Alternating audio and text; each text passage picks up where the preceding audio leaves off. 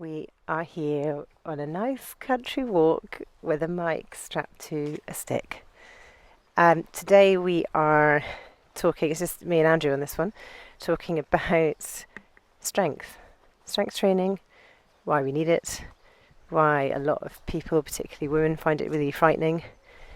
Um, Yeah, just the questions we get in our courses all the time. Kind of talking about the benefits of strength training, the why, what is it not. Sort of talking about do certain things count as strength training, and then just generally trying to demystify the whole thing and just try to give people some brain tools to give them the confidence to start strength training on their own. I hope you enjoy it and let us know if you've got any questions at the end. Please just drop us a comment or send us an email and we'll try to get back to you. All right, let's get on with it.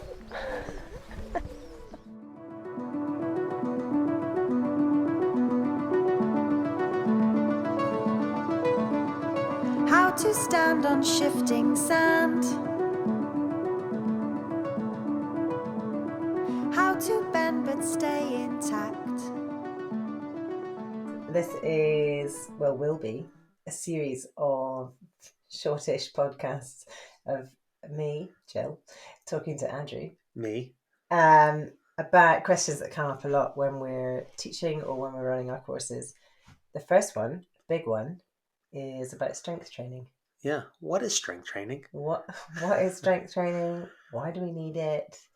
Why is it really important? Why is it frightening so many people? Yeah, it's interesting because strength training has been popular for a very long time, but I think that there's been a resurgence, especially an interest amongst women and middle-aged women and moms and things like that in a way that perhaps wasn't really on a lot of people's radar a few years ago. Like if you, because I've been in the fitness industry for 15 plus years, and for me, 15 years ago, it was just kind of like quite obvious. And obviously, everyone you talk to, and there's quite a lot of women in the fitness industry, and the spheres that I was in, which was in gyms and sports performance and CrossFit and stuff like that, everyone knew how important strength training was. It wasn't anything new, but it's easy to kind of be in your own bubble.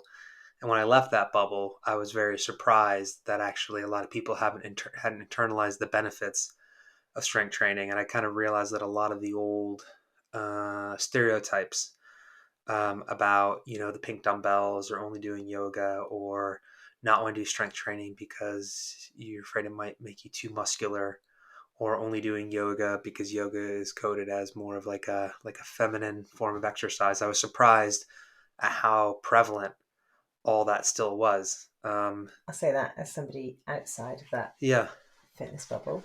Yeah, I think maybe before we start, we should talk about what we're talking about. We're talking about sure. strength training. We are talking about It's about strength lifting training. heavy things Yeah. and why it's important, and why particularly for women, how we need to build bone density and muscle mass. And we'll go into that in more Hmm. detail. But I think back to what you were saying, like when I first got into all of this, which was very long ago, um, I only did it because the physio told me that I needed to do something to strengthen the muscles around my knees Yeah. because I was falling apart a little Kudos bit. to you for ignoring what I'd been saying for the last 5 or 6 years at that point. Yeah, but I mean, Yeah, no, you're I my understand. husband, so Well, I'm exactly. It's definitely just going just to ignore just that. like I wouldn't want you to give me a driving lesson. No, I respect For that. sure, yeah, Yeah. it would be awful.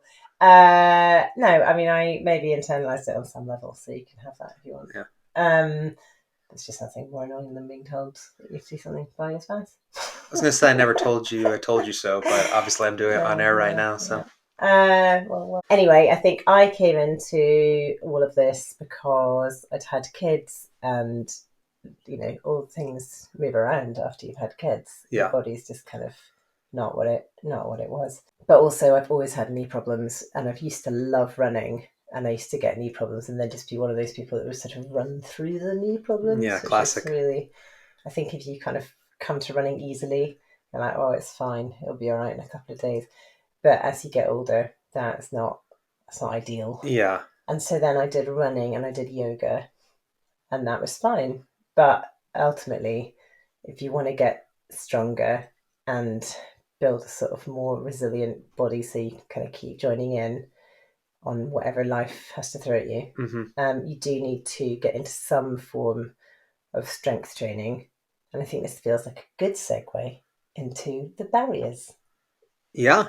Well, because I think from what I can say, and I know that a lot of our followers on social media are kind of a similar demographic to me, come from a background and they're not interested in going to the gym. It's never felt like their space. And so possibly we sort of gravitated to either being sort of going on lots of walks and being quite active, but never doing that kind of prescribed form of like strength training. So a lot of us end up doing yoga and going running a bit, and that's fine. And like all movement is good movement, and I think that's totally fine. And do what you find meaningful and what you find joyful. That is fine. But if you want to build bone density and muscle mass, you're going to need to lift some heavy stuff. Yeah, and I think there are a lot of barriers, I think, that sort of prevent women from wanting to participate in strength training. And I think one of the most obvious ones that people always talk about is just that the gym is quite a weird space. You know, even if you're not a physically active man, I remember the first time I decided I wanted to get into strength training around, university age. I mean, I'd been to gyms before in high school, but when I decided that was it, I was going to get into it seriously. It's quite intimidating because there's a lot of people, who are quite big and strong and just strange machines and strange movements and specific culture and etiquette. You're just entering a different space. And, that was me as a 20 whatever year old guy. And I remember I remember it felt quite weird, and I'm like, oh, I need to learn a lot. It was like sort of going to a new school or something like that, and everyone wears their clothes differently. And obviously for women, that's even more so because I think a lot of gyms are coded as a masculine space. But the other thing I want to say is also just that the way that we think about strength training is a really specific mindset, which is when people engage in resistance training, you sort of enter in this world of kind of reductive, sort of engineered brain sets times reps. Everything becomes, or it's very easy to get into this thing of everything becomes percentages. Everything is sets times reps, calculating load volume. And then if you get into it, then you start getting to periodization and linear periodization and undulating periodization and wave loading and all these things. And it can get very intimidating because I think the people that get into it are people who have a certain mindset, and that's how they make sense of the world. But I think one of the things I'd like to come out of this conversation is that actually you can get very effective strength and resistance training that doesn't necessarily need to fall into that way of thinking. I find that way of thinking really boring. Yeah. It doesn't appeal to me. And I think that's a big thing. So even now I've been doing Wild Strong for however many years, and I'm much stronger than I've ever been, and I know what I'm doing. It's not like I realised that the barrier to the gym for me, I thought it was because I didn't know what I was doing and I kind of wouldn't be strong and I feel really self-conscious. So maybe that was on some level. But now I know that I am, pretty strong and I know what I'm doing. So actually those barriers have gone, but I'm still not interested in going to the gym. It just does not tick my boxes. And the idea of like sort of recording my sets and reps, it just is that's never going to be who I am. Yeah. But I want to just circle back quickly before we get into this about the two comments that stand out to me every single time we do a strength course. And there will always be, and I know that I was one of them, there'll be it'll normally come from women. Like men go into strength training in a very different way. Yeah. And they tend to lift much heavier than they can. Yeah, and the men sort of express their insecurities differently, maybe by overcompensating and trying to lift more or do it quickly or through exaggerated competition. Yeah, they try to take up more space, where I feel like women, when they're specifically for women, yes. The two comments that we get whenever we go into something, when we're teaching people how to lift heavy with confidence, one is, oh, I'm not going to be doing any lifting today because I don't want to hurt my back. And the second is, I lift quite a lot of heavy stuff at home, whether it's like gardening or kids or whatever. I bet I'm doing it all wrong. And I think as I've got deeper into this world of murkiness, the right and wrong idea, the idea that there is a right and a wrong way to lift is absurd. Yeah. The more that I think about it, Yes. it's completely It absurd. is, and I think it's good to pause on that because you're right. It is so funny that not even funny. It's kind of sad that people sort of feel so disempowered and so disconnected from their own physicality that people have convinced them that there are wrong ways to use your body. Can I tell you what I reckon? Yeah, let's hear it. This is not how you Yeah, can tell me. I've You got some can things I tell me. reckon too. So Okay, you go you can tell first. me what you We'll do reckon some with cross some reckoning. science behind Well, it, or just what I and reckon. I'll just tell you what I reckon. Yeah. So I think because we've done a good job of kind of ironing out so many movement opportunities in our everyday lives, and so most of us aren't lifting heavy stuff every day for life. Mm-hmm. We've kind of forgotten how to do that with confidence, and because now we think that we need to go to the gym to learn that, and we need somebody to teach us how to move, we go to the gym and then they teach us how to move in these very sort of strict ways, like this is a deadlift, this is a whatever, and you get into powerlifting or whatever. And those movements within the gym setting have a very clear right and wrong because they come from a competition setting. Yes. And if you're doing a competition on Olympic lifting or something, Mm-hmm. then of course there's a right and wrong because you've got to school people Right. somehow, If right? there's a judge that's going to give you a rep or no rep or a fault or something like that, then you have to establish these points of performance. Yeah, so then that's trickled down into gym culture, into how we teach people how to lift stuff and move heavy objects, which is then kind of trickled out into everyday life Yes. to people like me who were not interested in gym culture, but had completely internalized that there was a right and a wrong way. And I think there's also something around in the late 80s and early 90s, and I'm going to Yes. say right now that I have not done the research for this, Yeah. but this is just again what I reckon. There was this massive push from health and safety within the Yeah. office on how to lift up boxes, and I remember being taught it at school. It was like, got to have a straight back, got to do it like this. There's a very precise way to lift a box. Now that I know a lot more about these things, and I think about how absurd that is, and I think about 200 years ago, would I have been able to pick up a bag of coal? Yeah, I'd just pick it up, and if it didn't feel right, then I'd just do it a different Yeah, and way, you and would I'd find a more efficient find a way. way to do it. And Yeah. I'd watch somebody else, and I'd play around with it, and I'd pick it up. But somehow we've managed to convince ourselves, everybody, this is nobody's fault, just everybody, we've managed to convince ourselves. And then I think this has really affected women because we've kind of internalized, like, well, I don't want to do that because I don't know what I'm doing. I'm going to hurt my back. And so I won't participate. Yeah. I mean, there's a lot there. I think there's at least 3 points that we can kind of talk about. One of them is just an anecdote. I remember when I was working for the NHS and I was working from home because it was during COVID. And the first few weeks of whenever you go into a new giant organization is just watching all the HR videos and doing all the HR quizzes.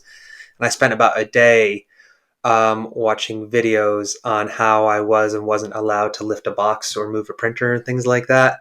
And I was thinking because I just recently come out of the strength and conditioning world, and I remember just sitting there saying, this is how you pick up a box, and they do sort of classic low hip, straight back, whatever. And it was ridiculous, because I was working at home, but it just made me think that so much of that is the sort of HR culture, this idea of essentially not getting sued, but then also just this kind of idea of reducing any risk in the world at all and having that be one of the number one priorities. And you see this in playgrounds and risky play and exploration, and that's really a conversation for another day. But when you kind of have that top down view on things and you're sort of looking at the world through the lens of an organization trying to minimize getting sued, and then you try to apply that logic to everything, it's just a very exhausting way for people to live. I was just going to say, Ivan Illich has this idea of disabling professions, which is this idea of the moment something becomes professionalized, it sort of behooves that group of people to kind of mystify it and disempower people and say, this is our space. Whether it's personal training as a space, or, I mean, we could do a bunch of things. We can talk just about how we handle like emotions and human interaction, all these things. But essentially, once something becomes professionalized, there's this idea that you need some sort of credential or professionalism in order to engage in it. And obviously, these are activities that we've engaged with in hundreds of thousands of years. And it's only really in the last few decades that people have sort of felt like they need some kind of professional to teach them how to use their The bodies. sort of right or wrong way to Yeah, move. right or wrong way. And whenever we get in this conversation of right or wrong, the question is always according to whom and for what purpose, And I guess the last point I want to make on that is we've really lost the sense of sort of task-based or task-oriented activities, because when people go to a gym, they're trying to hit these sets and reps of these prescribed movements. Sometimes you forget to ask why. Was this a point of what is this going towards? What am I actually getting better at?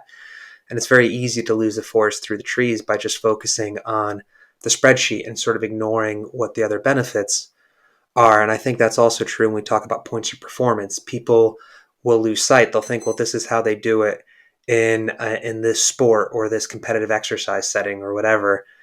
And sometimes the question is, well, can you do it? I actually don't mind necessarily what kind of form you use. If I'm saying, can you get over that log? Can you get from point A to point B? Can you pick up that object and put it in this place? Can you actually perform the task? Can you actually, get whatever the activity, finished or completed?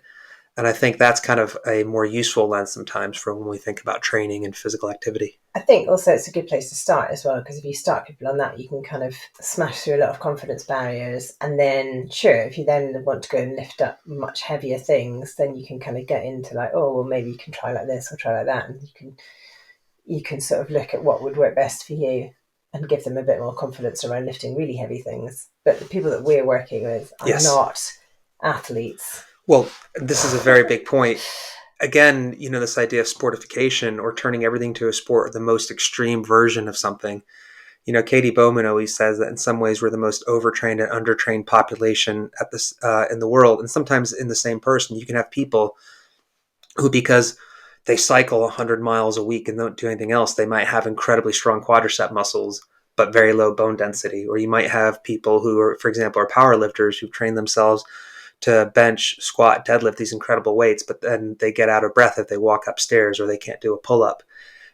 So it sort of goes back to, in a way, this idea of supernormal stimulus. Nico Teenberg and a lot of the biologists who were working back in the 50s, 60s, they would look at these patterns that animals can get into where they're sort of attracted to the most extreme version of something.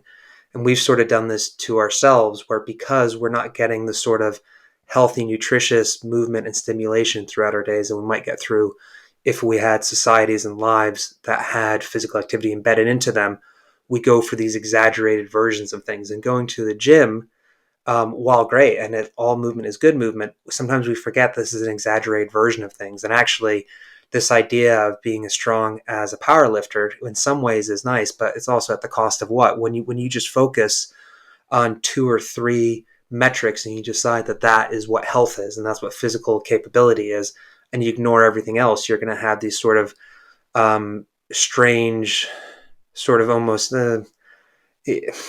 not mutations, but what I mean is, like, if you just focus on 1 or 2 things, then you're going to get really good at those things, ignore everything else. And a lot of times that's where injury comes from. Injury a lot of times comes from this sort of crossover point of having a really strong muscle or set of capacities when they meet something that's completely undertrained. So classically, you hear about bodybuilders who will, like, be able to do X whatever leg extensions in the machine, but then they go outside and try to lift something and both of their hamstrings rupture at the same time. Yeah, because it's going to be something strong meeting something weak, sort of stress riser. I think let's go on to why, let's just keep with the lens of like women over kind of 35. Sure. And why we need to get into strength training, what we're aiming for.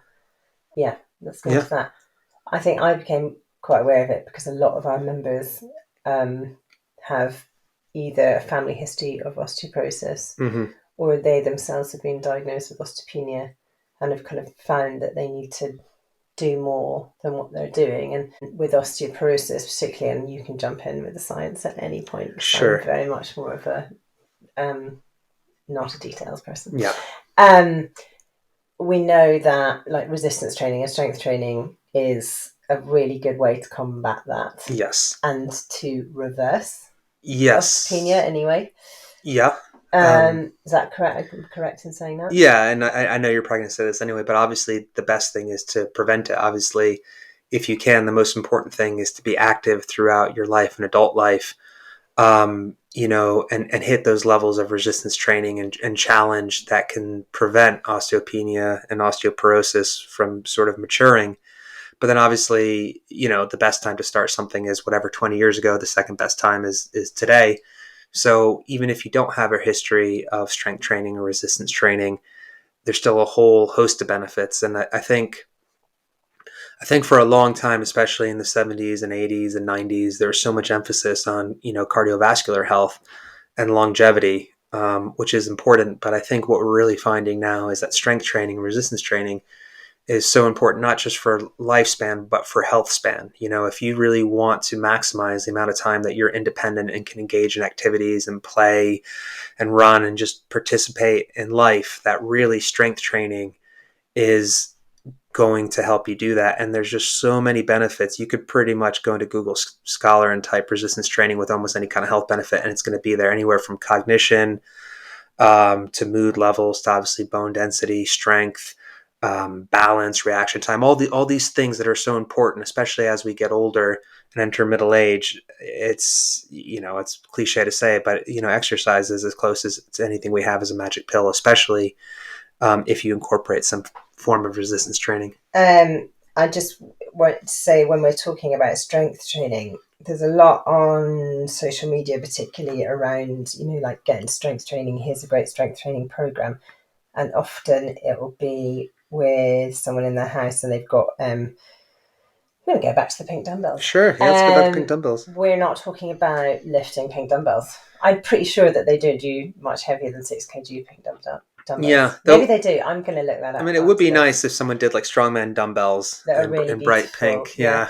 But when we're talking about strength training, this is not about you going out and buying a couple of weights that kind of, and then getting sort of like the sort of dumbbells that you can buy in Aldi or something, because the level of resistance that you require to really build bone density and muscle mass, it's gonna need to be heavier. We've talked about this before, like a kind of rule of thumb. If you're starting, like what, and in fact, no, as you progress, the rule of thumb remains the same. Of like, how heavy do you need to be lifting in order to like lay down some strong foundations? I think one thing, and I'll get to that in a second, but I think one question that is important to ask here is, why do women go for the pink dumbbell? Why do women go for the 2 kg and the 4 kg dumbbell? I mean, I can give you what I reckon. Yeah, let's hear what you reckon. I think the more I've got into this, the more it makes me really angry that as a child of the 80s and early 90s, so I'm 41 now. When we were growing up, there was all this thing about, you can do anything you want. Yeah. You can have a child and a job and everything will sail along smoothly. Yep. And there was very little discussion about any nuance around that. But anyway, I think part of that discussion was like, you're a strong, independent woman. Yeah.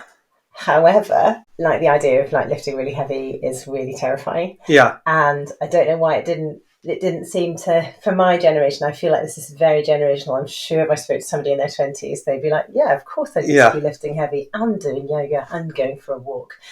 But maybe this is like people in their like late 30s, 40s, early 50s. But I just feel like there is so much fear around lifting heavy. And we've sort of, maybe it's because there was this big push on like HIIT workouts. So we all got like light dumbbells. Yeah, and even before HIIT workouts, where we could do like a shed load. Of that's what I was thinking. So I guess two things. I think the narrative about you can do anything, like you said, you can be a career and a power mom and all this sort of thing. Obviously, that was always disconnected from the idea of the support. How do people do it? And then segue. But I think in my mind, I know but that's what I was going to say. I'm agreeing with you, because the other angle on that is telling people that you can do this and you can do that actually just ended up putting more pressure on people, saying, well, you should do this and you shouldn't do that and you should do this. And what I mean is, this idea of how women are supposed to work out. It's like, well, you can work out, but you shouldn't be sweaty. You can work out, but you shouldn't grunt. You can work out, but you don't want to get too muscular or whatever. And I think that embedded in all this, and to the points you said as well, but I think there's this fear of what is a feminine way of exercising and what is a feminine way of expressing physicality. And it's one thing that I heard a lot when I was working as a personal trainer, where I work with women that say, I don't want to get too muscular. And, it's a complicated issue, because obviously, just like with men, people have different capacities for how much muscle they'll put on. And I think that we're lucky because we live in a time where I think we have much broader acceptance of people can sort of Body types. and be who they want. And I think it's much more acceptable to have different body types and not feel shamed because you don't have that one prescribed body type. But then at the same time, it's the idea of not being too strong, not working out too much. So I think a lot of women perceive that there are feminine ways to work out, or that there are ways that will help them to achieve a certain body type. So I will call out Pilates on this, and actually even yoga. You still see on social media and stuff, people will say, well, do Pilates if you want to have the long, lean muscles of a dancer's body.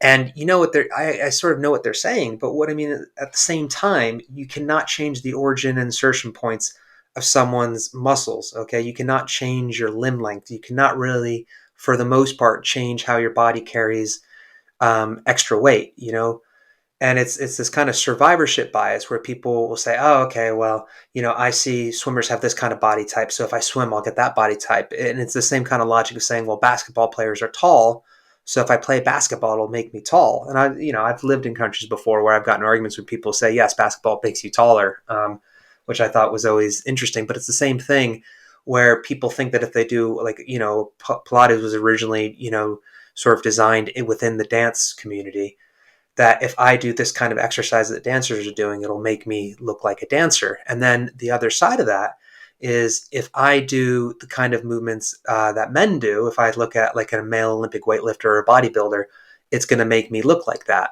I think also things like, so CrossFit did a phenomenal job in terms of like opening up strength training for women, and also making it sort of joyful celebration of women's bodies. Yes. Who, like, if you were brought up, I'm going to say 80s and 90s again. Mm-hmm. Yeah. And at one point you would have been sort of considered kind of stocky, but then if you get into CrossFit with that kind of body type, you'll probably do phenomenally well. It provides an opportunity for women of all different body types and talents and abilities to A, succeed athletically, but then B, and I think this is important, and maybe it's not, but I think to also feel desirable and desired. I mean, I think if you look at, I don't know if they say it anymore, but back in the early 2000s, they were saying strong is the new sexy. And this idea of sort of celebrating, women who had put on a little bit more muscle. And that's, I mean, in a lot of ways, it's all marketing, because it sort of doesn't really matter if people are muscular or not muscular, or tall or short or whatever, but it did definitely broaden what was acceptable. Yeah, but then at the same time, because you see these more, like, as these people get better and better in their realm of lifting or Olympic lifting or whatever it is, then they become, because they've been on this journey, they become really muscular and look like amazing. Yeah. But it feels very intimidating for those of us that haven't done that before. And then there's that assumption that you'll end up looking like that if you didn't want to look like that. Yeah. And then there's that. But I think there is in my generation about being frightened of lifting heavy. From all of the courses that we've done, every time we do a kind of like lifting odd objects sort of class, I am always surprised by how many women in that class are like, oh, I'm not going to be doing this. You think, wow, you're like so strong in your mind and in the way that you go about life, and you kind of do things really independently, and it's obvious to me that you're like super competent. Yes. But you have this real block in your head around lifting heavy, and at some point you've just decided, and I know that this is true of me for a long time, that you are not going to lift heavy because of a bunch of reasons, but mainly because of fear. Yeah, and it's context specific, because we do have some women who will take their children to classes, and I'll see women who like have a 5 or 6 year old slung up on their hip, playing around, practically tossing them in the air, catching them, moving them around. And then when it comes time for them to do some kind of resistance training, they'll grab the smallest kettlebell they're allowed to touch, when they're doing the exact same movements in a different context with like, a child or a heavy backpack. Yeah, exactly. I guess the last thing I want to say, kind of going back to women, is I think that so much of the strength training, or what's been sold, going back to the pink dumbbell problem, is, again, going back to this idea that, you should be doing high reps at low weight and sort of combining it specifically with some kind of aerobics or cardiovascular. So I think if anyone grew up watching their mom doing the Jane Fonda videos or whatever the equivalent videos are, there might have been the section where after doing a bunch of body weight stuff and doing your bums and tums stuff, the pink dumbbells would come out and you'd see people doing like 20, 30, 40, I don't know, bicep curls or some other like very, very specific movements. And the idea, this fear of lifting heavy, A, is dangerous, but then B will also make you stocky or whatever. So again, like this fear of strength training is really multifaceted. But again, I think more and more people realize that it's not necessarily based in reality, or if it was based in some kind of social reality back 20, 30, 40 years ago, nowadays, actually, you can really train however you want to. And if you want to maximize the benefits of strength training, which is what we're going to talk about next, then it does mean that you should probably go heavier than maybe the previous generation of women would have felt comfortable doing. So let's talk about weight. Let's talk about weight. So going back to what we were saying about this idea of sort of engineering brain, or this kind of like reductive way of looking at the world, obviously it is very useful if you want to make sense of things, So when we talk about, the literature and the science and everything like that, the way the numbers can be expressed can sometimes feel very overwhelming. So we'll kind of talk about the numbers and then we'll bring it back to something that just feels a little bit more meaningful to you. So basically with strength training, everything is going to be described in terms of percentages of your 1 rep max. So your 1 rep max in whatever movement it is, let's just say picking up something heavy. So like a deadlift variant.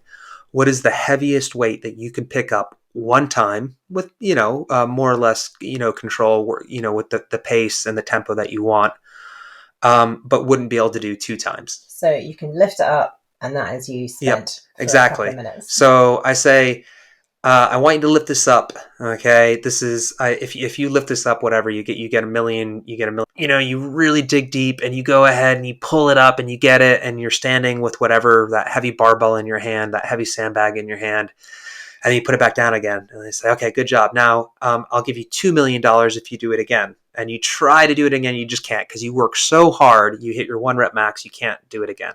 And very few people obviously train at a true 1 rep max. Usually we do percentages of that. We talk about rates of perceived exertion, but we don't need to get into that today. But so that would be whatever you can lift once, okay? And then your 2 rep max is what could you lift 2 times but not 3? Your 5 rep max, same thing, 8 rep max, etc. So based upon that, we can work on percentages. So like, you'll see different charts, but essentially if you can lift something 1 time, it's 100% of your 1 rep max. If you can lift something 5 times, it's gonna be roughly 85% of your 1 rep max. And if you lift something, say 8 times, you're going into 70% of your 1 rep max. The reason I'm saying this is because all the literature is going to use that language. And essentially, if we're looking at a lot of the benefits we're talking about with strength training, you are going to be working in something lower than a 10 rep max. So you're going to be working somewhere between mid 70s, mid 80% of your 1 rep max. And that's important for 2 things. Well, it's important for loads of things. If you're concerned about bone density, you need to be stretching your body and your bones in a certain way so that you can lay down more bone density. And you really want to be working somewhere between that 70, 80% range. Anything lower than that is not going to hit the level of stimulus that you need in order to improve your bone density. It's true of other things like cross-sectional area, maybe certain release of beneficial hormones. Again, it's sort of a topic for a different class.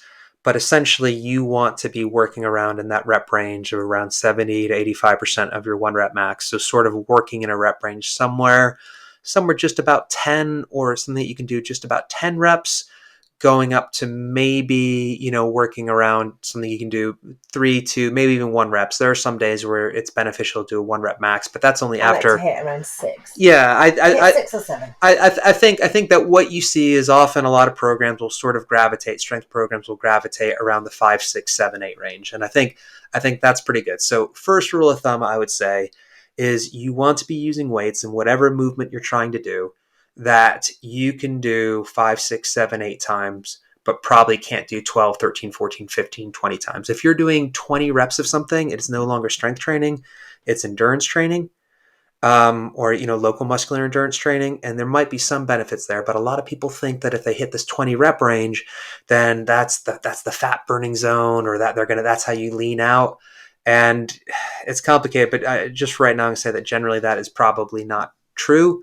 And if you want to maximize your benefits in terms of strength training, if we're talking about this weightlifting resistance training lens, But I'm just going to jump in there, because as somebody who doesn't have a history of strength training, I mean, now I do, but coming into it, I think I had been sort of led to believe, or whatever, led to believe, there we go, that if you're doing a workout, then it needs to be like huffy puffy.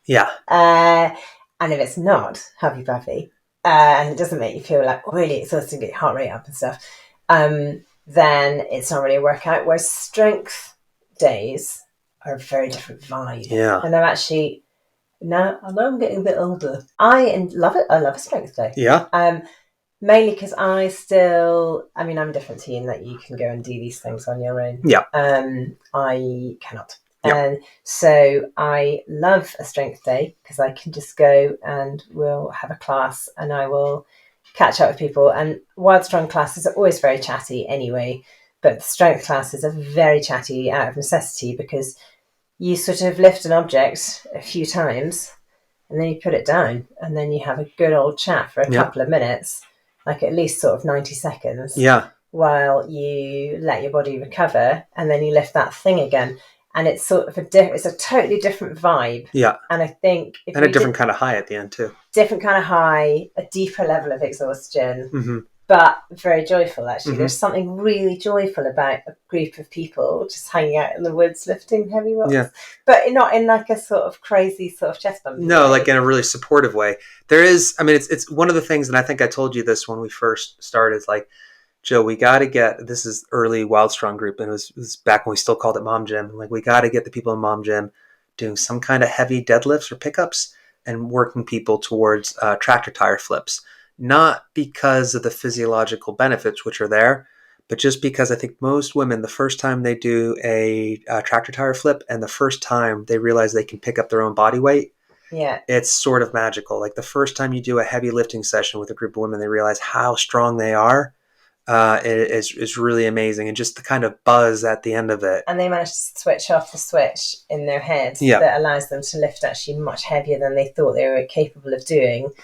But I think the big thing is that it's hard to do. You wouldn't be able to do a strength session with kind of newbies joining, because it feels so far from their comfort zone. You kind of have to bring them in through kind of playful, joyful sessions, like happy puffy sessions. This is one of the things I was going to talk about later, but since you brought it up, I think we can talk about it now. First off, you mentioned something very important, which is rest as well. Actually, so I've got 3 points. I'm going to talk about rest. Okay. I'm going to talk about penance and the sexy Metcon, and then I'm going to talk about newbies. So help me stay on track here. First, as Jill mentioned, for strength training, you need to go ahead and get that rest in. Because you're just not going to be able to work at that same level of intensity. So as Jill said, if you're working these percentages of difficulty of intensity, you really want at least 90 seconds up to 2, 3, even 4 minutes of rest, just to make sure you can go back and hit that same heavy weight again and get that same level of stimulus to make sure that you've rested enough. Otherwise, you're just going to see your weight and reps go down. Point number 1. Point number 2 is talking about this idea of penance and the sexy Metcon. And that is, I think sometimes this obsession with high intensity interval training and metabolic conditioning, which we do as well, because it's fun. And actually, I think it's a very good way to challenge the body and see how movement quality breaks down and how you come up with different movement solutions when you're fatigued. That's all well and good. But I think this obsession with high intensity interval training came from the fact that it's really hard and quite miserable, and you feel like you've done something. And I think because a lot of people come to exercise with a sense of self-flagellation or penance, which is that they treat exercise as a form of punishment or a form of retribution. I ate this cake, so now I need to work out harder, or whatever. I've been sitting around all day, so now I'm gonna hit this high level of intensity. And it's one of those articles, one of those blog posts that we reference all the time. It's old. I mean, it's probably like 15 years old now or something. Beware of the sexy Metcon. Beware of the sexy Metcon, which is one of those classic blog posts that sort of came out of sort of early CrossFit culture in the late 2000s. And it's just that people become so obsessed with chasing the high and the sense of difficulty from these metcons that sometimes that metabolic conditioning sessions, sometimes that's all they care about. And they sort of feel like if they don't feel absolutely destroyed at the end of a 20 or 30 minute, Close to vomiting. yeah, close to vomiting, that they haven't gotten the benefit. So people chase the discomfort instead of actually focusing on the benefit. And that's why the rest and the intensity. And I think you're right. I think that when you do the group strength training sessions where everyone's like circling around, cheering each other on, giving each other high fives and sort of not egging people on, they're giving them the confidence to push themselves and get out of their comfort zone in a sort of healthy way. I guess the last thing with that, as I said, I was going to talk about, newbies, deconditioned people who are sort of untrained. One of the amazing things is when you start training regularly and strengthen all these things is how quickly you make progress and how quickly you can forget where you started. And I think this is one of the reasons why it is nice to write things down or to keep track of your progress or your weights or whatever, because people forget where they started. Sometimes people it's so hard for them to remember. Do you remember when you first came here 6 months ago and you couldn't even lift the lightest kettlebell above your head, and now whatever, you're pressing 20 kg or whatever weight it is. But it is intimidating when new people come in. And because when people come in, A, they're so detrained and their body's just forgotten how to move sometimes. But B, and perhaps most importantly, their level of confidence is so low, they won't allow themselves to engage in strength training or to push themselves hard. And a lot of the first few weeks of people coming to Wild Strong is just, like you said, getting them in with games, sort of making them feel comfortable, getting to the point where they can say, actually, you know what, like this is important to me and this is fun and I do like using my body and I do get a sense of joy seeing what my body's capable of. Giving themselves permission. About that a lot. Yeah, I think Yeah. it's a good way of looking at it. I'm aware that this is meant to be a short. Yeah, but I mean, we can edit it down. So there are a couple of things I just want to talk about Mhm. before we Yeah, finish. I mean, I think there's a few more things so things I like to talk about is yoga, Pilates, load bearing, bone density, stuff like that. Okay, I was going to talk about in between strength. Yeah, go for that. I think that's useful as well. So we talk a lot about, so yes, we do heavy lifting and that's great. And you can do that at home with a rock. Yes. Or whatever you've got lying around. You can do it in a gym as well. The thing about gyms that can be, and you kind of touched on it earlier about sort of being a little bit reductive, is that because you've got all of these specialist bits of equipment and there is a right and a wrong way to move them, and you end up kind of training these very specific movements and you don't get in all the wiggly bits, the in-between strength. And that's the magic that you kind of need as you get older, so that you can keep like getting up and down to the ground, so you can keep like picking your grandchildren up, all of that stuff, and gardening and stuff. Yes. So I guess it would be good to touch on that. Yeah, I think you did a very good job of introducing it, which is in between strength is all the stuff that sort of falls through the cracks, all the sort of movements that you don't see in a gym. So one of the first examples that I'll use if I talk to people who are used to working in the gym is people who do a lot of bench pressing, either dumbbell or barbell pressing, and they've gotten very, very good at getting underneath a bar, probably with a spotter, having the spotter help them get the weight off the J hooks, and then slowly bringing the bar down to their chest and then back up again, really just moving along one plane in a very specific position. And you see this even more so if people are doing heavy dumbbell work and you see someone will put one dumbbell in their hand and the other dumbbell in their hand because they can't get in that position. So they've trained themselves to be very, very good at this one movement when their back is supported against the bench. There's no sort of balance involved. They're working across a very specific plane, etc. But then if you get them out of the gym setting, there's absolutely no way that they could get that heavy weight above their heads in the first place. And you have all these movements in between, all these movements that are precursors to it. So the thing I always ask people is like, well, if you didn't have a rack or if you didn't have a bench, okay, what are the movements that come before your pressing movement or before your squat or whatever, and what are the movements that come after? Because you can't ignore what is required to get it in there. So another classic example is the development of the Zercher squat, which is, how do you squat without a squat rack? And the answer is either you can clean it if you know how to clean, or you sort of pick up the barbell, you kind of lap it. It's very hard to see because I recognize podcasts are not a visual medium. You hook your elbows in between, and then you sort of get it up in this weird position. But that's important because if you look at it, it looks incredibly awkward. People's backs round, they get in low, they get in all these positions that if someone in the gym would say, "Oh, you shouldn't do that. That's a bad position." But that's how you get something heavy in a way so you can manipulate it. But in between strength, as Jill said, it's all kinds of things. It's picking up your children, it's gardening, it's all these things that happen in real life. Again, all these task-oriented, capabilities that are really important. And then within that, going back to what Katie Bowman was saying, this idea of stress risers or this idea of overtraining, undertraining, if you over specialize and just, pick these 3 or 4 body parts, any way you try to systematize movement, whether it's through bodybuilder, push, pull, whatever, splits, or whether it's through, primal movement patterns or whatever, you're going to miss things. Okay. Whenever you try to put something onto an Excel spreadsheet, things are going to fall through the gaps, which is why play and exploration and this sort of unexpected movements are so important, because those are the movements that are important in your real life. The other thing, while I'm talking about this, because I think it's just a good time to bring it up, is again, gyms sort of emerged because people recognized they weren't getting enough physical activity in their daily lives. So they came up with gyms. And, obviously gyms have been invented over and over and over again in different societies, but generally it's when urban societies recognize that they're not getting physical activity that they need.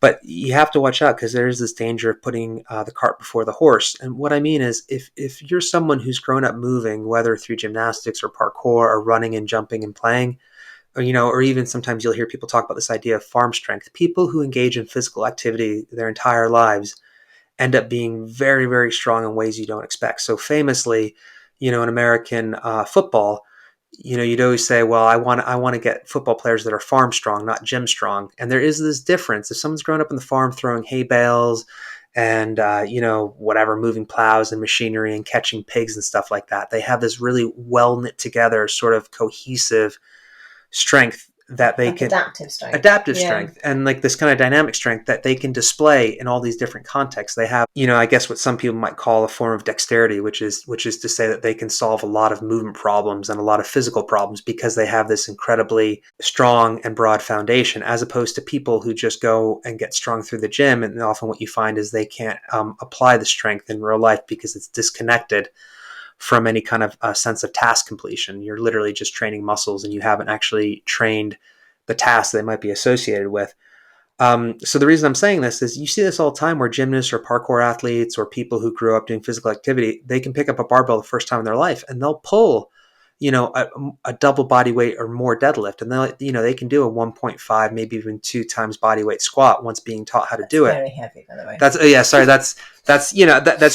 heavy. I mean, that's like someone, yeah, I mean, that's someone who's like a moderately trained, someone who does like a powerlifting program, but isn't like a high level power lifter, but it's still, it's very good, and that is just kind of the standard that people can achieve if they just engage in physical activity in their everyday lives. But obviously that's not open to everybody. So this is why we've tried to come up with different ways to address the fact that people aren't moving as much as they might have traditionally.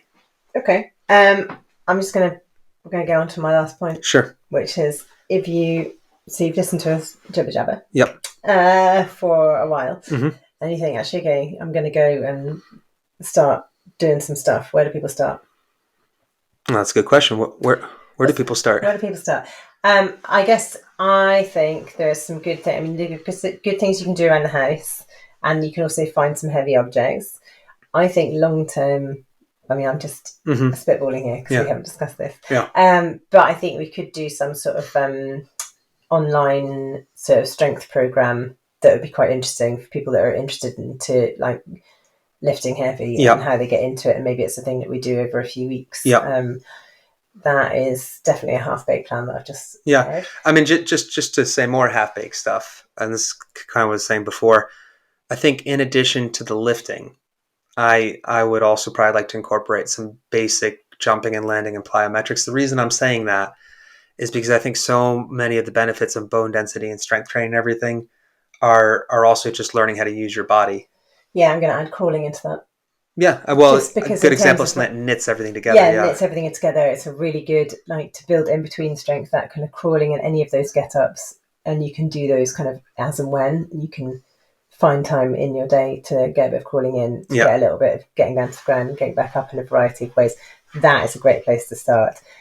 Next best place to start is finding some heavy stuff that you can play around with, and keeping in mind that there isn't really a right and wrong way to lift. If you're a bit worried about it and you are worried about your back, because that's where I was when I started, we have got a strength module on our foundations course, which you could join, which is pretty good. And it's like a kind of intro to finding heavy stuff that's lying around and playing around with it, and really learning how to lift confidently with kind of odd shaped objects, which is really useful. And then long term, completely haven't discussed this, then maybe we will do an online strength thing. I think it would be useful. I think given the amount of time we spend talking to new members or people on our L1 course about the fear of sort of strength training, perhaps that is a nice thing to do, and you could do it in a group. My big thing is find somebody else you can go and do it with. I agree. So that it's just not you. I think doing it in a way that is meaningful and fun for you, as Jill said, for me, I'm despite the number of times I've sort of dismissed putting things on spreadsheets, I love putting my strength training on spreadsheets because for me, it's clear, it's empowering, it makes sense, it's sort of meditative, but I recognize that that's not for everybody. So find a way that can make physical activity fun and meaningful and not feel like a chore. I don't like putting things on spreadsheets, but I do like looking back at the things that I used to lift. So you can think of it as a journal. Little teeny tiny kettlebells that we had when we first started. Maybe we could do a nice little... They're 6 kg. Yeah. And I managed to just about get it over my head. I know, so proud of you. And do a walk. And look at you now. And now look at me, yeah, great. Anyway, I hope that was useful. Not a huge amount of tangible takeaways. But if you've got any questions, just send us an email and we will get going. We're planning to do quite a few shorts, and then come September, we've got some really interesting actual people who we're going to bring in, which I think will be really interesting. So if this is our first short, what are we coming on, about an hour? Yeah, this is I think we can do a tighter short next time. We'll try and do a bit more of a short next time. I mean, essentially the question today was, what is strength? And that's a big, it's hard to do that in much less than an hour. I think we're probably about an hour. It's an hour. All right. Well, let's wrap it up. Okay. See you next time. Bye.